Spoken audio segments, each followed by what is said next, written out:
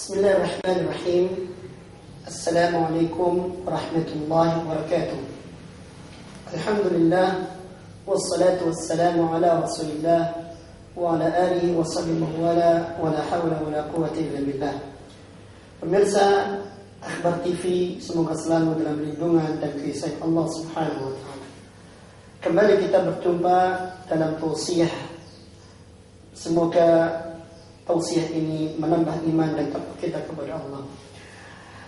Telah kita jelaskan tentang urgensi doa dan dahsyatnya doa bagi seorang hamba. Akan tetapi bersama dengan doa yang diperintahkan oleh Allah dan dampaknya demikian dahsyat, membawa perubahan demikian besar dan menyelamatkan hamba, banyak orang mengatakan, aku telah berdoa, namun apa hasilnya? Aku telah capek dalam berdoa dan seterusnya. Aku telah berdoa namun tidak ada jawaban dari Allah Subhanahu wa taala. Apa yang kurang? Dan akhirnya mereka pun lari dan berdoa kepada Allah Subhanahu wa taala. Sesungguhnya dalam hal ini Allah Subhanahu wa taala tidaklah mengingkari janji. Allah selalu menepati janjinya, dan Allah mengatakan dalam surat Al-Baqarah ayat 186, wa idza sa'alaka ibadi anni fa inni qarib. Bila hambaku bertanya kepada Muhammad tentang diriku, maka jawablah, aku ini dekat. Ujibu da'watad da'i idza da'an. Aku kabulkan doanya orang-orang yang berdoa kepadaku. Maka dari itu syaratnya falyastajibu li wa yu'minu bi la'allahum yarshudun. Hendaklah mereka mengikuti seruanku, beriman kepadaku, agar mereka benar-benar mendapatkan petunjuk. Kalimat terakhir ini patut untuk kita ungkap bahwasanya pentingnya kita mengikuti aturan Allah Subhanahu wa taala di dalam kita berdoa. Dan Allah telah mengingatkan pula kepada kita, ud'uuni astajib lakum. Doalah kepadaku, aku kabulkan doa kalian. Ma'asyarul muslimin rahimani wa rahimakumullah. Pertanyaannya, bagaimana kita mendapatkan atau kiat-kiat apa yang bisa kita jalankan dalam meraih terkabulnya doa? Banyak cara, dan bahkan telah dibukukan oleh para ulama dalam berbagai macam kitab-kitab mereka. Namun kita simpulkan di sini beberapa cara yang penting untuk kita lakukan. Yang pertama yang harus kita lakukan ketika berdoa, hadirkan hati di saat kita berdoa. Berapa banyak dari kita berdoa namun hati kita melanglang buana. Kita berdoa tapi hati kita di kantor, di pasar, dalam urusan dan yang lainnya. Kita berdoa, Rabbana atina fid dunya hasanah wa fil akhirati hasanah, tapi hati kita melantur kemana-mana. Dan ini adalah sesuatu yang menangkal terkabulnya doa tersebut. Rasulullah SAW dalam hadis yang mulia diriwayatkan Imam Tirmidzi mengatakan, ud'ullaha wa antum muqinuna bil ijabah. Berdoalah kepada Allah dalam kondisi kalian yang betul-betul yakin doa kalian dikabulkan oleh Allah Subhanahu wa taala. Jangan ragu. Wa'lamu, ketahuilah kata Rasulullah, annallaha la yaqbalu du'aan atau la yastajibu du'aan min qalbin ghafilin lahi. Bahwasanya ketahuilah, Allah Subhanahu wa taala tidak akan mengabulkan doa dari hati seorang yang hati itu lalai, lengah, melantur kemana-mana. Ini yang pertama. Banyak di antara kita dalam berdoa hati kita melambung entah kemana. Banyak di antara kita berdoa hati kita tidak khusyuk, tidak fokus, tidak betul-betul hati ini memahami dan mengikuti apa yang diucapkan oleh lisan dalam berdoa. Ini yang salah dari kita. Yang kedua, yang harus kita lakukan agar doa kita bisa mendapatkan terkabul oleh Allah Subhanahu wa taala, atau doa kita dikabulkan oleh Allah Subhanahu wa taala, yaitu hendaknya kita berdoa kepada Allah selain dengan hati yang fokus, juga merengek kepada Allah dengan bersungguh-sungguh, berkomitmen kuat dalam meminta. Jangan kemudian kita meminta kalau engkau mau ya Allah, jangan. Minta dengan sungguh-sungguh dan kemudian merengek di dalam berdoa. Karena ini yang dilakukan Rasulullah SAW. Lihat apa yang disahkan oleh Imam Bukhari ketika meriwayatkan peristiwa perang Badar. Bahwa saya disebutkan di situ Rasulullah sallallahu alaihi wasallam mengangkat kedua tangannya menghadapkan diri di kiblat dan merengek dalam berdoa. Subhanallah. Ini yang kurang bagi kita. Kita berdoa, kita sekali mengucapkan langsung cabut keluar entah kemana. Kita berdoa sekali mengucapkan, kita tidak pernah mengulangi. Ya. Rasulullah sallallahu alaihi wasallam mengulang-ulangi. Dan ada sebuah ilustrasi. Ketika pintu diketuk pertama kali, bisa jadi pintu ketukan itu tak pernah dinyorkan. Tapi ketuk dua kali, orang tuan rumah bertanya-tanya, siapa kiranya? Diketuk 3 kali dan sekian kali, maka pasti akan muncul sebuah peristiwa dibukanya pintu itu, dan kemudian disambut orang yang menutup pintu itu dengan baik. Hajatnya terpenuhi dan kemudian kebutuhannya pun dikabulkan. Inilah ilustrasinya. Kita dalam begitu juga. Dan Rasulullah SAW berdoa mengulang-ulang. Ketika dalam perang Badar, Rasulullah mengatakan, Allahumma anjisni ma wa'adtani, Allahumma anjisni ma wa'adtani, Allahumma anjisni ma wa'adtani. Ya Allah, kabulkan kepadaku, penuhi janjimu kepadaku. Ya Allah, penuhi janjimu kepadaku.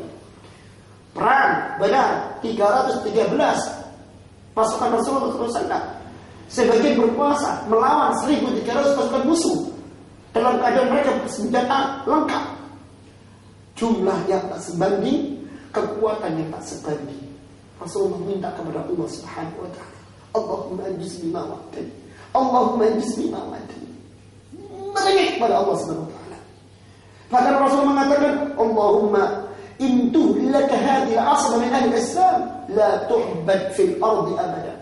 Ya Allah, bila engkau kalahkan jumlah yang kecil dari kaum muslimin ini, maka engkau tidak akan disembah di muka bumi selamanya. Sampai dan merekanya burdanya jatuh. Abu Bakar Siddiq mengambil burda itu dan dipakai kembali kepada Rasulullah SAW, mengatakan, Ya Rasulullah, kasaka menasyadu rabbak. Ya Rasulullah, cukup sudah. Rengekkanmu kepada Allah cukup. Muncul peristiwa yang luar biasa. Allah mengirimkan 1.000 tentara mereka. Dan diabadikan dalam surah Al-Anfal ayat 9. Allah mengatakan, Istaghfiruna rabbakum fastajaba lakum anni umidtukum bi alfin minal malaikati murdifin. Ketika engkau beristighosah Muhammad, memohon pertolongan kepada Tuhanmu dalam keadaan gentingmu, kami kirimkan 1.000 tentara malaikat kepadamu untuk memperandakan pasukan musuh itu. Mari. Ada satu kisah dari Al-Quran Al-Karim yang mana kisah ini sangat patut untuk kita rasakan dalam hati. Kisah yang diberikan oleh Allah Subhanahu wa taala tentang seorang nabi yang mulia, yaitu Nabi Allah Yunus alaihissalam. Kalau kita ditanya apa kisah yang dengan Nabi Yunus yang kita ketahui, paling kita harus menjawab, dia dimakan ikan paus di tengah lautan, hidup di perutnya ikan sekian lama. Tapi kenapa dia bisa lolos dari ikan laut itu? Jawabannya ada di dalam surah As-Saffat ayat 44. Allah Subhanahu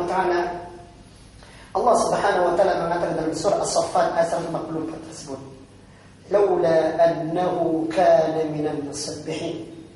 Kalau seandainya Yunus ini bukan termasuk hamba kami yang terus bertasbih, memohon kepada kami, merengek kepada kami, la labisa fi batnihi ila yaumi yub'atsun. Dia pasti akan tinggal perut ikan paus itu sampai hari kiamat. Subhanallah. Antum coba renungkan.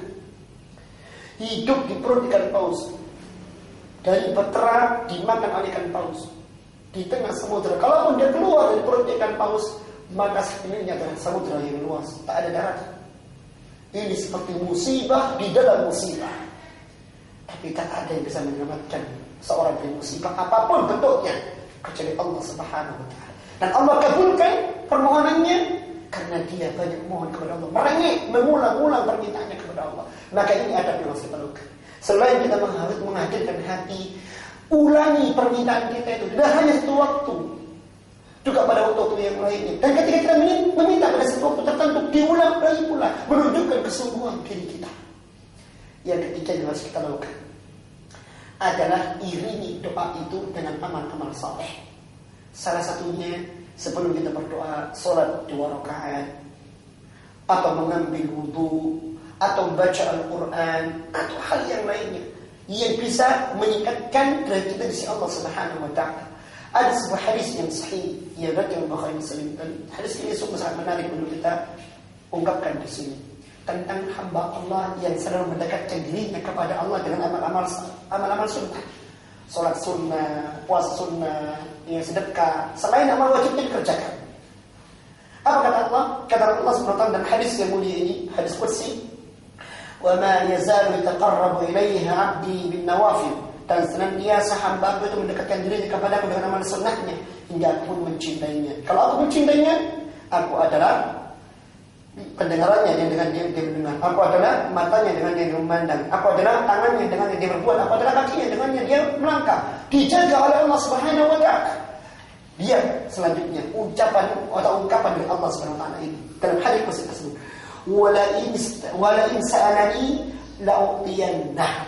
Kalau seandainya dia minta kepadaku, pasti aku kabulkan permintaannya. Wala in ista'adani la'u'idhanna. Kalaupun dia minta perlindungan kepadaku, pasti aku kabulkan permohonan perlindungan tersebut. Kenapa? Amal sunnahnya membawa dia kepada posisi atau kondisi yang sangat mendekatkan diri kepada Allah dan dicintai oleh Allah SWT. Ini mungkin yang kurang dari kita semuanya. Kita ujuk-ujuk langsung minta kepada Allah, kita ujuk-ujuk langsung minta kepada Allah SWT. Maka mustahil ini pun dikabulkan oleh Allah Subhanahu wa Ta'ala. Atas itu yang jauh akan mendatangkan terkabulnya doa dari Allah Subhanahu wa Ta'ala. Dekatkan diri kepada Allah. Yang terakhir dari cara kita mendatangkan doa atau mendatangkan terkabulnya doa, yaitu jangan lupa kita punya orang tua yang kita bisa berbakti kepada keduanya. Allah Subhanahu wa Ta'ala sungguh menaruh bakti kepada orang tua ini dalam derajat yang tinggi. Sampai-sampai Allah mengatakan ketika seorang itu disuruh oleh Allah untuk mentauhidkannya, yang kedua perintahnya tidak boleh berduka pada orang tua. Ini mungkin yang kita lupa. Kita minta pada Allah dalam doa, tapi kita tak pernah memenuhi permintaan orang tua kita. Kita tak pernah peduli dengan mereka. Kita tak pernah peduli dengan mereka. Kita tak pernah peduli dengan apa yang menjadi keinginan mereka. Jarang kita berbakti kepada orang tua sehingga menjadi tumpulnya permohonan kita kepada Allah. Rasulullah SAW pernah menggambarkan tentang tiga orang yang terjepit dalam gua, jatuh batu dari atas. Ternyata batu itu ketika tidak mampu dihilangkan oleh mereka menghilangkannya dengan doa. Salah satu di antara mereka berdoa dengan baktinya kepada orang tuanya. Susu yang diberikan tiap hari, susu yang lebih diutamakan kepada orang tua mereka daripada keluarga mereka, telah menjadikan amalan ini dicintai Allah dan doa yang dikabulkan, batu itu bergeser. Dan ketika ada seorang tabi'in, dan Rasulullah SAW pernah mengatakan pada para sahabatnya tentang adanya seorang tabi'in, ada mengatakan tabi'in, ada mengatakan sahabat, yaitu yang bernama Aus bin Amir, Uwais bin Amir dari salah satu penduduk kota Yaman, yang dia terkenal sebagai seorang pemuda yang berbakti pada kedua orang tuanya, berbakti pada orang tuanya. Kata Rasulullah, akan datang Uwais bin Amir kalian. Dia adalah anak yang berbakti kepada bundanya.